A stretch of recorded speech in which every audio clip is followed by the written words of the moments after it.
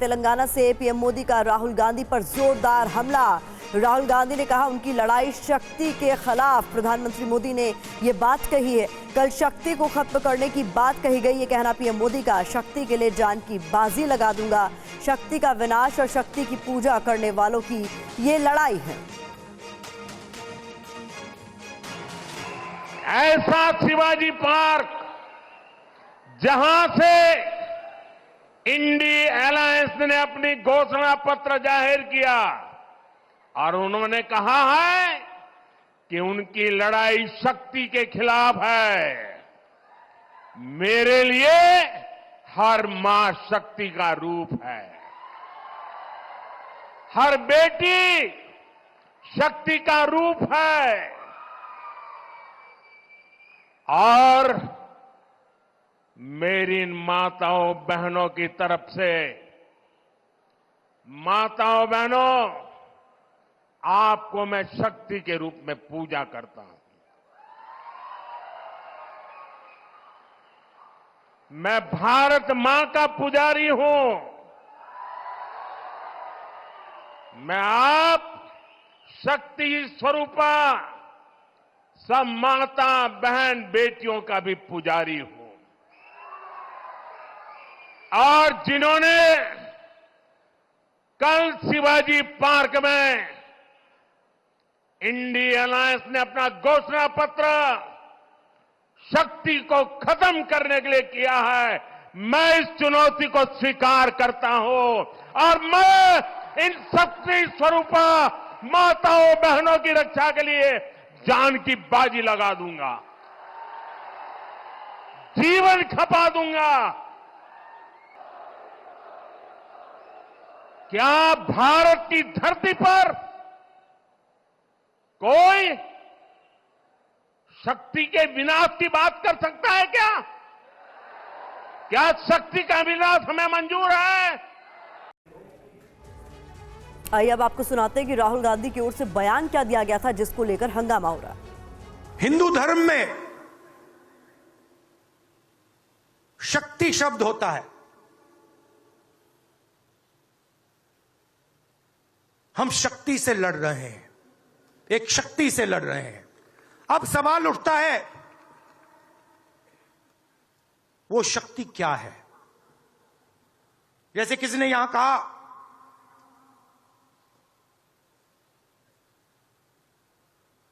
राजा की आत्मा ईवीएम में है। सही है, सही है। राजा की आत्मा ईवीएम में है। तो राहुल गांधी के शक्ति वाले बयान पर अब बीजेपी हमलावर है। उसने पलटवार किया है। राहुल ने मां दुर्गा और शक्ति का अपमान किया। ये कहना बीजेपी की ओर से। शक्ति से हम नहीं असुर लड़ते हैं। सनातन में शक्ति का नाम ही काली और दुर्गा है।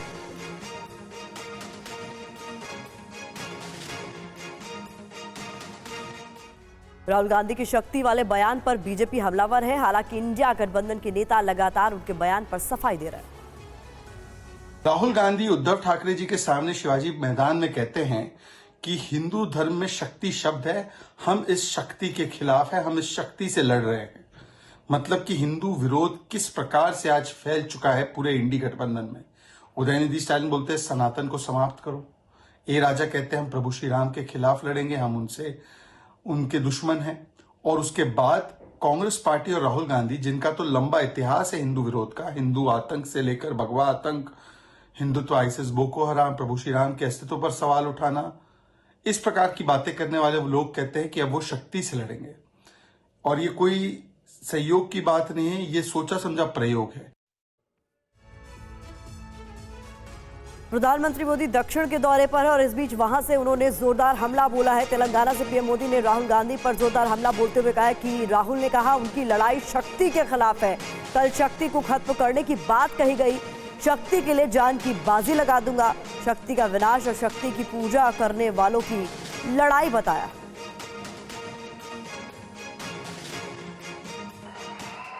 ऐसा शिवाजी पार्क जहां से इंडी अलायंस ने अपनी घोषणा पत्र जाहिर किया और उन्होंने कहा है कि उनकी लड़ाई शक्ति के खिलाफ है। मेरे लिए हर मां शक्ति का रूप है, हर बेटी शक्ति का रूप है। और मेरी इन माताओं बहनों की तरफ से, माताओं बहनों, आपको मैं शक्ति के रूप में पूजा करता हूं। मैं भारत मां का पुजारी हूं। मैं आप शक्ति स्वरूपा सब माता बहन बेटियों का भी पुजारी हूं। और जिन्होंने कल शिवाजी पार्क में इंडिया अलायंस ने अपना घोषणा पत्र शक्ति को खत्म करने के लिए किया है, मैं इस चुनौती को स्वीकार करता हूं और मैं इन शक्ति स्वरूपा माताओं बहनों की रक्षा के लिए जान की बाजी लगा दूंगा, जीवन खपा दूंगा। क्या भारत की धरती पर कोई शक्ति के विनाश की बात कर सकता है? क्या शक्ति का विनाश हमें मंजूर है? तो लोकसभा चुनाव से ठीक पहले शक्ति पर सियासत शुरू हो गई है। क्या कुछ कहा गया इस दौरान, ये समझना भी आपके लिए जरूरी है। दरअसल राहुल गांधी ने एक बयान दिया जिसमें उन्होंने कहा हिंदू धर्म में शक्ति शब्द होता है और हम शक्ति से लड़ रहे हैं। ऐसे में प्रधानमंत्री मोदी की ओर से कहा गया, मैं राहुल गांधी की चुनौती को स्वीकार करता हूं। तो शक्ति पर किस तरीके से अब हो रही है सियासत, ये समझिए। विपक्ष के लोग शक्ति के विनाश का बिगुल फूंक रहे हैं। कहना प्रधानमंत्री मोदी का, शक्ति को बचाने के लिए मैं जान की बाजी भी लगा दूंगा। शक्ति का विनाश करने वाले और पुजारी में लड़ाई हो रही है, यानी जो शक्ति को पूजते हैं और जो शक्ति के खिलाफ हैं उनके बीच ये लड़ाई है। शक्ति स्वरूपा मां और बेटियों के लिए मैं लड़ूंगा, ये तमाम तरह की बातें प्रधानमंत्री मोदी की ओर से कही गई। चंद्रयान जहां लैंड किया गया उसका नाम शिव शक्ति पॉइंट रखा गया। प्रधानमंत्री मोदी ने यह भी बात कही। रुक कर लेते हैं अगली बड़ी खबर का। चुनावी बॉन्ड से जुड़ी हुई ये बड़ी खबर है जहां सुप्रीम कोर्ट की ओर से आदेश दे दिया गया है। सुप्रीम कोर्ट ने एसबीआई से कहा सारी जानकारी मुहैया कराएं। 21 मार्च शाम 5 बजे तक पूरा डेटा देना होगा, ये सुप्रीम कोर्ट ने साफ कर दिया। एसबीआई को हलफनामा देने का भी आदेश इस दौरान सुप्रीम कोर्ट ने दे दिया है। एसबीआई को बताना होगा कि कोई भी डेटा अब नहीं छूटा है, यानी उन्होंने पूरी जानकारी मुहैया करा दी है। इसको लेकर भी हलफनामा दे एसबीआई, ये सुप्रीम कोर्ट ने साफ कर दिया है। चुनावी बॉन्ड का ये मामला पिछले दिनों गरमाया हुआ है और अब सुप्रीम कोर्ट में एक बार फिर से इस पूरे मामले में एसबीआई को आदेश दे दिया गया। तो चुनावी बॉन्ड पर सुप्रीम कोर्ट का आदेश क्या है ये भी समझ लीजिए। दरअसल सुप्रीम कोर्ट ने साफ तौर पर कह दिया है इस पूरे मामले को लेकर कि 21 मार्च शाम 5 बजे तक एसबीआई सारी डिटेल, सारी जानकारी साझा करे। इसके अलावा एसबीआई के पास जो भी जानकारी है वो चुनाव आयोग को दे दी जाए, ये भी सुप्रीम कोर्ट ने अपने आदेश में साफ किया है। बॉन्ड के नंबर, सीरियल नंबर, सभी दस्तावेज इलेक्शन कमीशन को दे, ये भी सुप्रीम कोर्ट के आदेश में कहा गया। एसबीआई हमारे आदेश का पूरी तरीके से पालन करे, जानकारी देकर एसबीआई हलफनामा दाखिल करे, ये भी सुप्रीम कोर्ट ने साफ कर दिया। एसबीआई हमें बताए कि कोई भी जानकारी अब बाकी नहीं रह गई है। आइए रुक कर लेते हैं पीयूष पांडे का ज्यादा जानकारी के लिए। तो पीयूष, कुल मिलाकर सुप्रीम कोर्ट इस पूरे मामले पर सख्त नजर आ रहा है और साफ कर दिया गया है कि आप हलफनामा भी देंगे, ये बताते हुए कि जो हमने कहा वो आपने किया और कोई भी जानकारी अब छिपी नहीं है, आपके पास नहीं।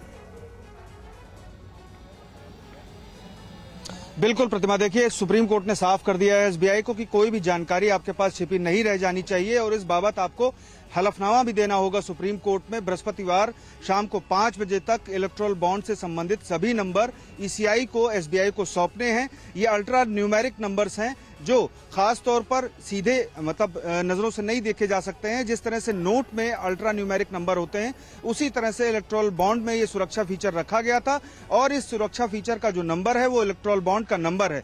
यही नंबर अब ईसीआई को एसबीआई द्वारा मुहैया कराया जाएगा।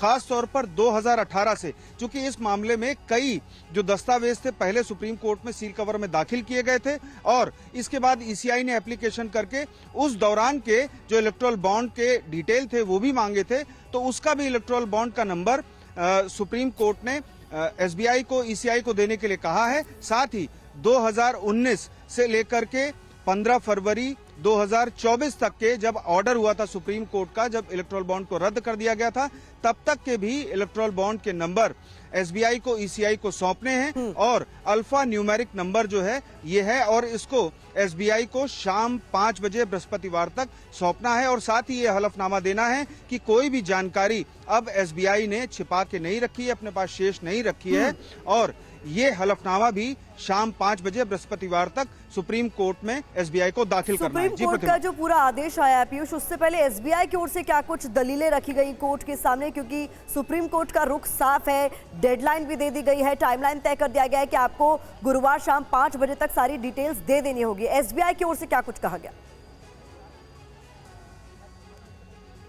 बिल्कुल प्रतिमा, देखिए एसबीआई की ओर से हरीश साल्वे पेश हुए थे, जो वरिष्ठ अधिवक्ता हैं। उन्होंने कहा कि आदेश का अनुपालन किया गया था। ये जरूर है कि आदेश में जो इलेक्टोरल बॉन्ड के मामले में जो भ्रम हुआ, उसको लेकर के एसबीआई की ओर से इलेक्टोरल बॉन्ड नंबर नहीं दिया गया, और चूंकि ये फिजिकल फॉर्मेट में थे, 2 जगह जानकारी रखी हुई थी, ऐसी स्थिति में चूंकि ये अल्फा न्यूमेरिक नंबर थे तो उनका आंकड़ा जुटाना भी उसके लिए समय लगता, तो इसलिए वो नंबर नहीं दिए गए, और इसको देने में कोई दिक्कत नहीं है। सुप्रीम कोर्ट का आदेश है, तत्काल मुहैया करा दिए जाएंगे। ये एसबीआई की तरफ से साफ किया गया सुप्रीम कोर्ट में, और सुप्रीम कोर्ट ने पहले ही दर्ज कर लिया अपने आदेश में कि हम स्पष्ट करते हैं कि हमने सभी जानकारी एसबीआई को, ईसीआई को मुहैया कराने का आदेश दिया था। ऐसी स्थिति में एसबीआई की ओर से बॉन्ड नंबर न दिया जाना सुप्रीम कोर्ट के आदेश का उल्लंघन है। तब हरीश साल्वे ने स्पष्ट किया कि उल्लंघन करने का कोई मकसद नहीं था, बस चूंकि फिजिकल फॉर्मेट में 2 जगह अलग अलग बॉन्ड नंबर रखे हुए थे, ऐसी स्थिति में जो पेन ड्राइव में जानकारी डिटेल दी गई ईसीआई को, उसके बाद अब जो अल्फा न्यूमेरिक नंबर है, जो बॉन्ड नंबर है, वो ईसीआई को मुहैया करा दिया जाएगा बृहस्पतिवार शाम 5 बजे। तो महत्वपूर्ण जानकारी, बहुत शुक्रिया इस जानकारी के लिए पीयूष। तो कुल मिलाकर ना केवल आपको जानकारी साझा करनी होगी गुरुवार शाम 5 बजे तक, बल्कि हलफनामा भी कोर्ट में देना होगा, ये बताते हुए कि सारी जानकारी साझा कर दी गई है। बढ़ते आगे और अगली बड़ी खबर का रुख कर लेते हैं, बात कर लेते हैं चुनाव से जुड़ी हुई। आज नीतीश कुमार दिल्ली आ रही है, बड़ी खबर, लोकसभा चुनाव की हलचल तेज होती हुई नजर आ रही है, जहां सीट शेयरिंग पर दिल्ली में चर्चा होनी है। बिहार को लेकर बीजेपी नेतृत्व से नीतीश की मुलाकात संभव बताई जा रही है। बिहार में अब तक सीट शेयरिंग फाइनलाइज नहीं की जा सकी है, ऐसे में ये बैठक बेहद महत्वपूर्ण मानी जा रही है। कहा यह जा रहा है कि सीट शेयरिंग पर चर्चा संभव है। तो नीतीश कुमार दिल्ली पहुंचे हैं, और बिहार में अब तक सीट शेयरिंग का चूंकि फॉर्मूला अब तक सामने नहीं आया है, फाइनलाइज नहीं किया गया है, इसको लेकर बैठक महत्वपूर्ण मानी जा रही है। और इस बीच एक और बड़ी खबर है, कैबिनेट विस्तार के बाद बिहार बीजेपी में बताया जा रहा है नाराजगी की खबर सामने आ रही है। एमएलए राजू सिंह के आवास पर एक गुट की बैठक, ज्यादा एमएलसी को मंत्री बनाए जाने से नाराज नजर आ रहे हैं कुछ विधायक। राजू सिंह के घर पर 12 विधायकों की इसको लेकर बैठक भी हुई है। तो कैबिनेट विस्तार हुआ है, जिसमें एमएलसीज को भी मंत्री बनाया गया इस बार, और इसको लेकर साफ तौर पर नाराजगी विधायकों में नजर आ रही है। तो कैबिनेट विस्तार, बिहार बीजेपी में तकरार, खबर क्या सामने आ रही है आपके सामने जानकारी रख देते हैं। बता दें आपको 14 मार्च को 21 नए मंत्री बनाए गए थे जब कैबिनेट विस्तार हुआ था। बीजेपी कोटे से अब तक 15 मंत्री बनाए गए हैं। जानकारी है कि 9 विधायकों को मंत्री पद मिला, लेकिन इसके अलावा 6 एमएलसी भी मंत्री बनाए गए हैं। बड़ी संख्या में एमएलसी के मंत्री बनने से एमएलए नाराज बताए जा रहे हैं।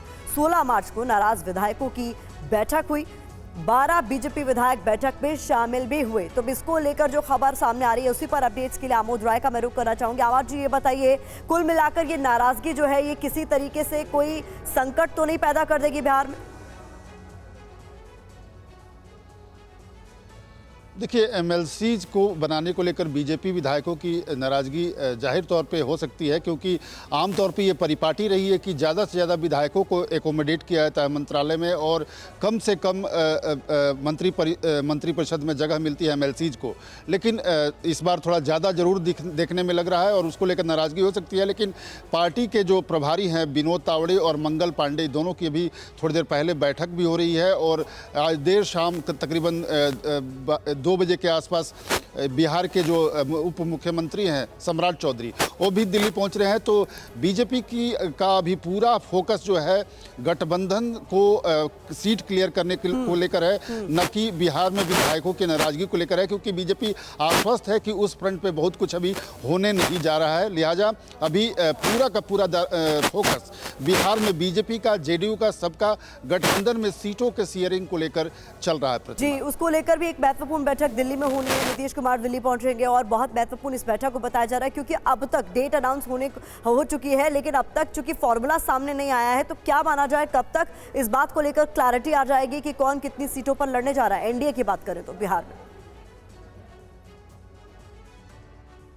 देखिए प्रतिमा, आज मुख्यमंत्री नीतीश कुमार दिल्ली पहुंच रहे हैं। तकरीबन 8 बजे रात में वो दिल्ली पहुंचेंगे और अगले 2 दिन तक वो दिल्ली में ही रहने वाले हैं। माना जा रहा है कि कल का दिन जो है वो बिहार में एनडीए के सीट शेयरिंग के लिए सीट बाई सीट लॉक कर दिया जाएगा। और जो 2 इसके और स्टेक होल्डर्स हैं, तो खास करके अगर बात करें उपेंद्र कुशवाहा और मांझी, जीतन राम मांझी, वो दोनों भी दिल्ली में हैं। और इसके अलावा चिराग पासवान तो यहाँ है ही।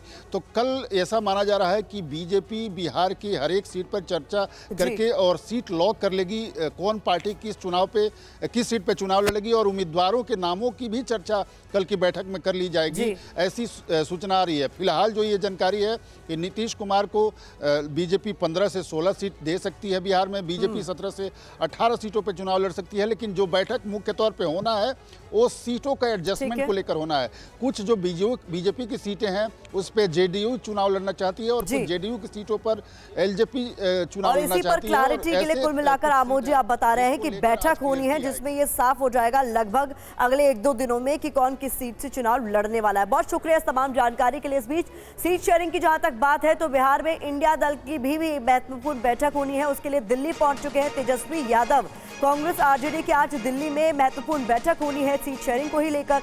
मल्लिकार्जुन खड़गे से मिलेंगे तेजस्वी यादव, सीट शेयरिंग को लेकर इनके बीच चर्चा होनी है। तो ये बड़ी खबर इंडिया गठबंधन की ओर से भी सामने आ रही है, जहां बिहार में सीट शेयरिंग को लेकर ये महत्वपूर्ण बैठक होनी है जिसके लिए तेजस्वी यादव दिल्ली पहुंचे हैं।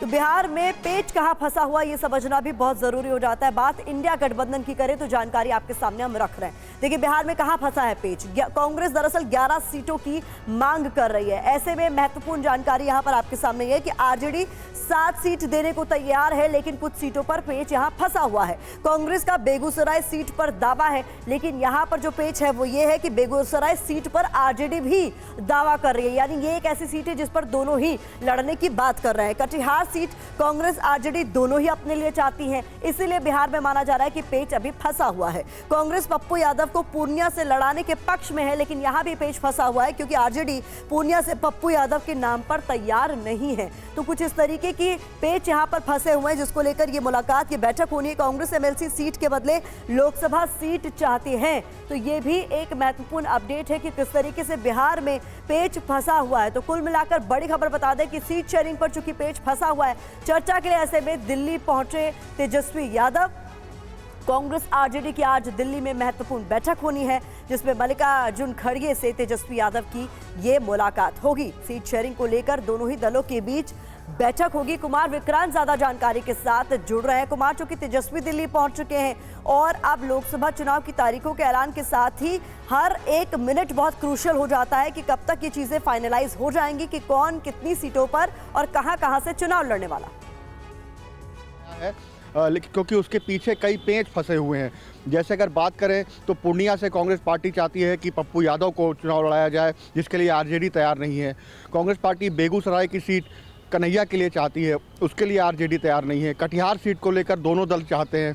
मीरा कुमार चूँकि खुद सुरक्षित सीट सासाराम से लड़ती आई हैं, लेकिन उनके बेटे वो ओबीसी हैं पिता के चलते, तो उनके लिए मीरा कुमार आरा की सीट चाहती हैं। तो ये सारे पेच हैं जिनको पर्दे के पीछे पहले सुलझाने की कोशिश की जा रही है, उसके बाद ये बैठक संभावित है तेजस्वी और मल्लिकार्जुन खड़गे के बीच। जी, तो कुल मिलाकर पेच फंसा हुआ है कुमार बता रहे। कुमार, लेकिन ये कब तक फाइनलाइज हो जाएगा ये बहुत महत्वपूर्ण हो जाता है, क्योंकि जैसा कि हम कह रहे थे अब ज्यादा वक्त है नहीं। एक तरफ एनडीए के दल भी मिलने वाले हैं, महत्वपूर्ण बैठक होनी है जहां नीतीश कुमार की मुलाकात होगी दिल्ली में, और माना जा रहा है कि 1-2 दिन में फाइनलाइज कर लिया जाएगा वहां पर सीट शेयरिंग का पूरा फॉर्मूला। बात यहाँ की करें तो कब तक स्थिति साफ हो जाएगी?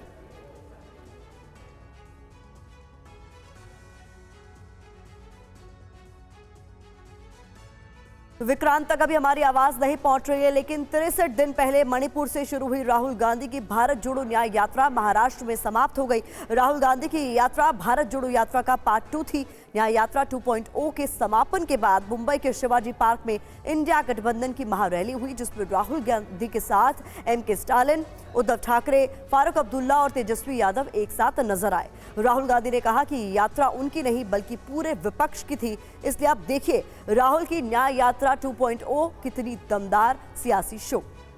छत्रपति शिवाजी महाराज की, परम पूज्य डॉक्टर बाबा साहेब अम्बेडकर की, महात्मा ज्योतिबा फुले की। ये गलतफहमी में मत रहिए कि ये राहुल गांधी चला है। सब पार्टियों के, सब विपक्ष के पार्टियों के लोग चले, सब नेता आए। हिंदुस्तान का पूरा विपक्ष इन यात्राओं में शामिल हुआ। शरद पवार जी आए, उद्धव जी आए, तेजस्वी आए। पूरे हिंदुस्तान में गरीबों के साथ अन्याय हो रहा है, किसानों के साथ अन्याय हो रहा है, मजदूरों के साथ अन्याय हो रहा है।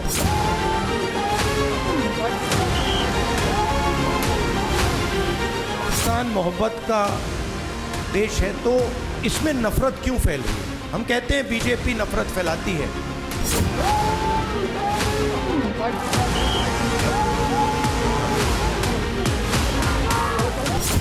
$16 लाख करोड़ रुपए, 20-25 लोगों का कर्जा माफ हुआ। जीएसटी का पैसा है, जनता का पैसा है, किसानों का पैसा है, मगर किसानों का 1 रुपया माफ नहीं।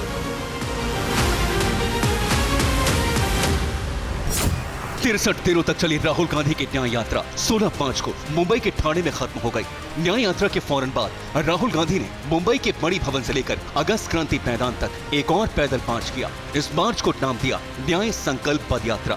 न्याय संकल्प पद यात्रा के बाद मुंबई के शिवाजी पार्क में इंडिया गठबंधन ने शक्ति प्रदर्शन किया। छत्रपति शिवाजी महाराज की। मुंबई के शिवाजी पार्क में हुई इंडिया की इस महारैली में राहुल और प्रियंका गांधी के अलावा उद्धव ठाकरे, तेजस्वी यादव, एमके स्टालिन, चंपई सोरेन, फारूक अब्दुल्ला और प्रकाश अंबेडकर समेत 15 से ज्यादा दलों के नेता शामिल हुए। राजा की आत्मा ईवीएम में है। सही है, सही है। राजा की आत्मा ईवीएम में है, हिंदुस्तान की हर संस्था में है, ईडी में है, सीबीआई में है, इनकम टैक्स डिपार्टमेंट में है।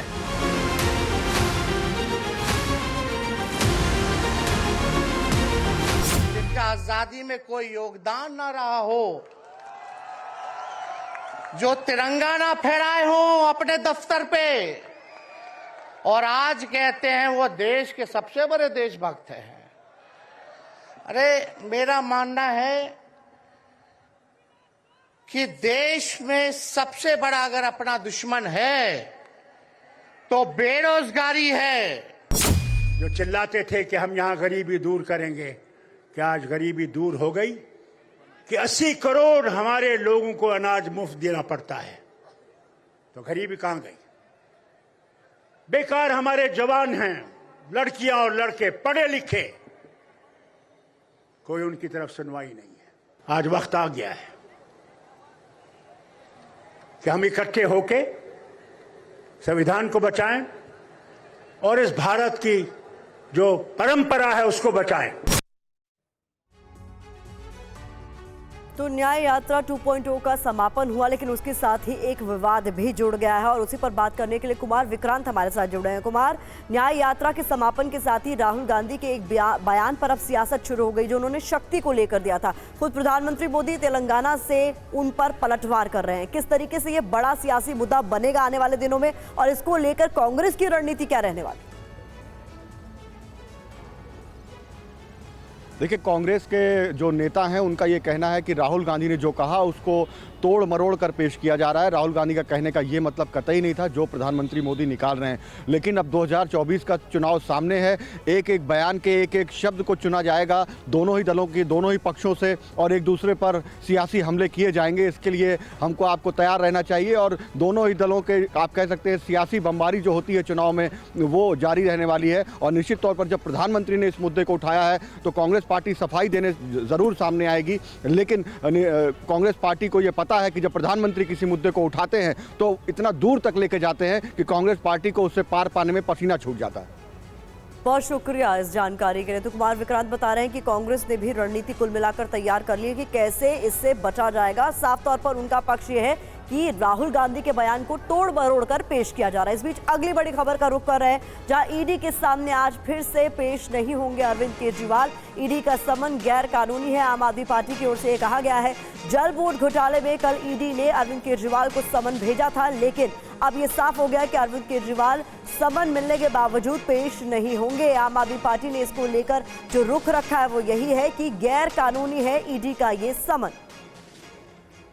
तो केजरीवाल को ईडी का जो समन मिला है उसको लेकर भी जानकारी आपके सामने रखेंगे। दरअसल दो अलग अलग बड़े मामले जिन पर उन्हें समय समय पर समन भेजे गए लेकिन वो अब तक पेश नहीं हुए। शराब घोटाले की बात करें, पहला समन 2 नवंबर 2023 को पेश हुआ था, लेकिन वो भेजा गया था लेकिन पेश नहीं हुए। दूसरे समन की बात करें शराब घोटाले में तो 21 दिसंबर 2023 को उन्हें भेजा गया था, पेश नहीं हुए। फिर से 3 जनवरी 2024 को तीसरा समन शराब घोटाले में भेजा गया। चौथा समन 18 जनवरी 2024 को भेजा गया। पांचवा समन 2 फरवरी 2024 को भेजा गया। इसके अलावा छठा समन जो है इस पूरे मामले में 17 फरवरी 2024 को भेजा गया। 7वें समन की बात करें 22 फरवरी 2024 को भेजा गया और इसके अलावा 8वां समन 27 फरवरी 2024। शराब घोटाले में ही 9वां समन भेजा गया 16 मार्च 2024 और जल बोर्ड घोटाले का भी समन भेजा गया, लेकिन अरविंद केजरीवाल अब तक भेजे गए किसी भी समन पर पेश नहीं हुए हैं। कुल मिलाकर इसको लेकर भी सियासत हो रही है। बीजेपी बार बार अरविंद केजरीवाल को घेरने की कोशिश कर रही है। जीत भाटी ज्यादा जानकारी के साथ जुड़ गए। जीत, कुल मिलाकर आम आदमी पार्टी की रणनीति इस पूरे मामले पर साफ नजर आ रही है। गैर कानूनी हर वक्त इसके समन को बताकर, ईडी के समन को बताकर अब तक पेश नहीं हुए अरविंद केजरीवाल। बिल्कुल, देखिए आम आदमी पार्टी ने वही रुख अपनाया है जो आबकारी मामले हम देख रहे थे। अभी तक 9 समन हो चुके हैं और 8 पर अरविंद केजरीवाल नहीं गए। 9वां समन 21 मार्च के लिए है, लेकिन देखिए शनिवार शाम को ही जल बोर्ड मामले में भी 18 यानी कि आज के लिए समन भेजा गया था, लेकिन आम आदमी पार्टी ने कहा कि ये समन गैर कानूनी है और साफ तौर पर इस पर आरोप भी लगाया कि बीजेपी जो है वो जांच एजेंसी का इस्तेमाल कर कर चुनाव में बढ़त हासिल करना चाहती है, आम आदमी पार्टी को रोकना चाहती है, इसलिए समन भेजे जा रहे हैं। वहीं उन्होंने इस बात का भी जिक्र किया कि जब पिछले मामले में आप बार बार समन भेज रहे थे, मामला कोर्ट गया और समन की अवहेलना के मामले में अरविंद केजरीवाल को जमानत भी मिल चुकी है, तो फिर क्यों बार बार समन भेजे? हालांकि दोनों मामले अलग अलग है, लेकिन इससे स्पष्ट हो जाता है कि आम आदमी पार्टी का रुख वही है, अरविंद केजरीवाल का रुख वही है। अरविंद केजरीवाल नहीं गए, पहला समन था ईडी का, हालांकि उनकी तरफ से एक जवाब जो है वो ईडी को भेज दिया गया है और उसमें भी ये तमाम चीज़ें रखी गई हैं। एक तरह से देखें तो ईडी ने अरविंद केजरीवाल के खिलाफ दोहरा मोर्चा खोल लिया है। देखिए आम आदमी पार्टी की तमाम जो चीज़ें चल रही हैं उसको लेकर के ईडी ने जब पहला समन जो है अरविंद केजरीवाल को 2 नवंबर को भेजा था पूछताछ के लिए, उसमें नहीं गए। उसके लगातार समन आते रहे लेकिन वो नहीं गए, उसके बाद कोर्ट पहुंची थी। अब जब ईडी ने जो है आबकारी मामले में अरविंद केजरीवाल को नहीं बुला पाई, तो ऐसे में अब जो जल बोर्ड का मामला है जिसमें यह आरोप है कि 2017 के आसपास जब वो उनका विभाग की जिम्मेदारी उनके ऊपर थी, तो वहां पर 2 मामले रखे गए ईडी की तरफ से। एक तो जो मीटर लगने थे उसमें एनकेजी कंपनी थी, उसको नियमों को ताक पर रखकर ठेके दिए गए। जीत, हम यही देख रहे हैं कि आम आदमी पार्टी की इसको लेकर जो रणनीति है वो यही है। वो समय समय पर ये बताने की कोशिश कर रहे हैं कि अब तक भेजे गए तमाम समन जो अरविंद केजरीवाल को वो गैर कानूनी है, लेकिन जल बोर्ड घोटाला आखिरकार क्या है जिसको लेकर अभी जो समन भेजा गया अरविंद केजरीवाल को, तय किया गया है पार्टी की ओर से एक ही लाइन है कि ये गैर कानूनी है, अरविंद केजरीवाल पेश नहीं होंगे। क्या है दिल्ली जल बोर्ड घोटाले का केस? 38 करोड़ के ठेके में भ्रष्टाचार के आरोप है। इसके अलावा 17 करोड़ ठेके के काम में खर्च किए गए, जानकारी आपके सामने हम रख रहे हैं। MSNKG इंफ्रास्ट्रक्चर कंपनी को ठेके दिए गए थे, जिसको लेकर 31 जनवरी को रिटायर्ड इंजीनियर जगदीश अरोड़ा गिरफ्तार कर लिए गए। अब इसके अलावा बता दें ठेकेदार अनिल कुमार अग्रवाल की भी गिरफ्तारी इस पूरे मामले में हुई है। केजरीवाल के निजी सहायक के आवास पर भी तलाशी अभियान चलाया गया था। ऊंची दरों पर जल बोर्ड के ठेके देने के आरोप है इस पूरे मामले में, जिसको लेकर अरविंद केजरीवाल को भी पूछताछ में शामिल होने के लिए समन भेजा गया। केजरीवाल सरकार पर रिश्वत लेने के गंभीर आरोप भी लगाए गए हैं। तो कुल मिलाकर लगातार समन भेजे जाने के बाद भी अरविंद केजरीवाल नहीं पहुंचे हैं ईडी के पूछताछ में शामिल होने के लिए और इसको लेकर भी जोरदार सियासत हो रही है। अगली बड़ी खबर का रुख करने जा रहे हैं। जहर का कारोबार एल्विश गिरफ्तार। जी हां, एल्विश यादव पर पुलिस सूत्रों के हवाले से बड़ी खबर सामने आ रही है। बड़ा खुलासा ये कि पार्टी में सांपों के जहर की बात एल्विश यादव की ओर से कबूल ली गई है। पार्टी में सांपों का जहर मंगवाया गया था। दूसरे आरोपियों से संपर्क की बात भी एल्विश यादव ने कबूली है। पार्टी में सांप मंगवाने की बात भी उसकी ओर से कबूली गई है। तो पुलिस की ओर से गिरफ्तार किए जाने के बाद पूछताछ में ये तमाम खुलासे हो रहे हैं कि एल्विश यादव ने ये माना है कि दूसरे आरोपियों से उसका संपर्क था। सांप का जहर भी पार्टी में मंगवाया गया था, ये बात भी कबूली गई है। तो जहर का कारोबार, एल्विश यादव गिरफ्तार। बड़ी जानकारी आपके सामने हम रखने जा रहे हैं। एल्विश यादव को 14 दिन की न्यायिक हिरासत में भेज दिया गया। गिरफ्तारी के बाद नोएडा पुलिस ने एल्विश यादव पर एनडीपीएस एक्ट लगाया है। बता दें आपको, ड्रग्स से जुड़ी साजिश में शामिल ड्रग्स की खरीद फरोख्त में एनडीपीएस लगाया गया एल्विश यादव पर। 29 एनडीपीएस एक्ट में आसानी से जमानत नहीं मिलती है, जिसमें गिरफ्तारी की बात कही जा रही है। एल्विश यादव ने सांपों का जहर मंगाने की बात पूछताछ में कबूली है। सांपों के जहर के इस्तेमाल की बात भी एल्विश यादव की ओर से कबूली गई है। एल्विश गिरफ्तार आरोपियों से अलग अलग पार्टियों में मिल चुका है, ये भी कबूला गया है। सभी गिरफ्तार आरोपियों के संपर्क में था एल्विश। 8 नवंबर को नोएडा पुलिस ने एल्विश यादव पर एफआईआर दर्ज की थी और अब उसकी गिरफ्तारी के बाद उसे न्यायिक हिरासत में भेज दिया गया है। अब एल्विश की विश पार्टी में कब क्या क्या हुआ, पूरा टाइमलाइन क्या है, इसको लेकर वो आपके सामने जानकारी हम रखने जा रहे हैं। देखिए, 3 नवंबर 2023 एल्विश समेत 5 सपेरों के खिलाफ एफआईआर दर्ज की गई। फिर 3 नवंबर 2023 को नोएडा सेक्टर 49 में एल्विश के खिलाफ एफआईआर दर्ज की गई। अब इस पूरे मामले में 4 नवंबर में 4 सपेरे समेत 5 आरोपियों को गिरफ्तार किया गया पिछले साल। 5 नवंबर को कोतवाली सेक्टर 49 के थाना प्रभारी को निलंबित कर दिया गया। फिर 8 नवंबर को एल्विश से कोतवाली सेक्टर 20 में पूछताछ हुई है इस पूरे मामले को लेकर। 15 फरवरी 2024 की बात करें तो सांपों के जहर की एफएसएल रिपोर्ट में पुष्टि होती है। फिर 17 मार्च 2024 एल्विश को नोएडा पुलिस ने इस पूरे मामले में गिरफ्तार कर लिया। 17 मार्च 2024 में 14 दिन की न्यायिक हिरासत में उसे भेज दिया गया है। तो कौन है एल्विश यादव, जिसको लेकर तमाम तरह की खबरें आपके सामने हम बार बार रख रहे हैं, ये समझना भी आपके लिए जरूरी है। एल्विश यादव कौन है ये समझ लीजिए। एल्विश यादव एक चर्चित यूट्यूबर है। यूट्यूब पर कई मिलियन फॉलोअर एल्विश यादव के हैं। व्लॉग्स और स्ट्रीमिंग के लिए फेमस बताए जाते हैं। सोशल मीडिया पर लोकप्रिय है। इंस्टाग्राम पर 13 मिलियन फॉलोअर है एल्विश यादव के। यूट्यूब पर एल्विश यादव के 2 चैनल्स हैं। यूट्यूब पर फनी वीडियोस बनाते हैं। बिग बॉस OTT 2 का विनर है एल्विश यादव। तो कुल मिलाकर किस तरीके से एल्विश यादव अलग अलग मामलों को लेकर कंट्रोवर्सीज में रहे हैं, ये हम जानकारी आपके सामने रखते आ रहे हैं। जितेंद्र ज्यादा जानकारी के साथ हमारे साथ जुड़े। जितेंद्र, ये बताइए, इस पूरे मामले में अब ये माना जा रहा है, चूंकि जिस मामले में उनके खिलाफ एफआईआर दर्ज हुई है, गिरफ्तारी हुई है, एल्विश की मुसीबतें अब कम नहीं होंगी बल्कि बढ़ेंगी। जी बिल्कुल, देखिए, कल एल्विश यादव को बाकायदा नोएडा पुलिस ने पूछताछ के लिए सम्मन किया हुआ था। कल पूछताछ में एल्विश यादव शामिल हुए और नोएडा पुलिस का कहना है जब उनसे पूछताछ की गई तो उस दौरान ये पता चला कि दरअसल एल्विश यादव जो पकड़े गए 5 आरोपी थे उनके लगातार संपर्क में थे। राहुल, जिसकी ऑडियो रिकॉर्डिंग बाकायदा PFA के पास मौजूद थी, उस रिकॉर्डिंग के अंदर भी एल्विश यादव से बातचीत का हवाला दिया गया था। बाकायदा राहुल ने बताया कि एल्विश यादव को ये भी पता है कि आखिरकार जो स्नेक वेनम है उसका कितना रेट है और वो कहाँ से मुहैया कराया जाएगा। इसके अलावा कब कब एल्विश यादव किन किन पार्टियों में इन 5 आरोपियों से मिला और साथ ही अलग जो पार्टियां ऑर्गेनाइज की थी अलग अलग लोगों ने, वो भी एल्विश के थ्रू हुई। इस बात का भी खुलासा कल ही हुआ नोएडा पुलिस के सामने। तो जो तमाम बातें कल जो आरोप थे एल्विश यादव के ऊपर, कल सीधे तौर पर एल्विश यादव ने जब सबूतों के साथ नोएडा पुलिस ने उससे बात की तो उस दौरान उसने अपने ऊपर लगे तमाम आरोपों को कबूल किया और उसके बाद उसकी जो गिरफ्तारी है वो NDPS एक्ट, इसके अलावा वाइल्ड लाइफ प्रोटेक्शन एक्ट के तहत कर ली गई है। 14 दिनों के लिए एल्विश यादव को न्यायिक हिरासत में भेज दिया गया है। जी बहुत शुक्रिया इस तमाम जानकारी के लिए। तो एल्विश यादव को 14 दिनों की न्यायिक हिरासत में भेज दिया गया। इस पूरे मामले में आगे जो भी होता है उसका अपडेट भी TV9 भारत वर्ष पर आप तक पहुंचाते रहेंगे।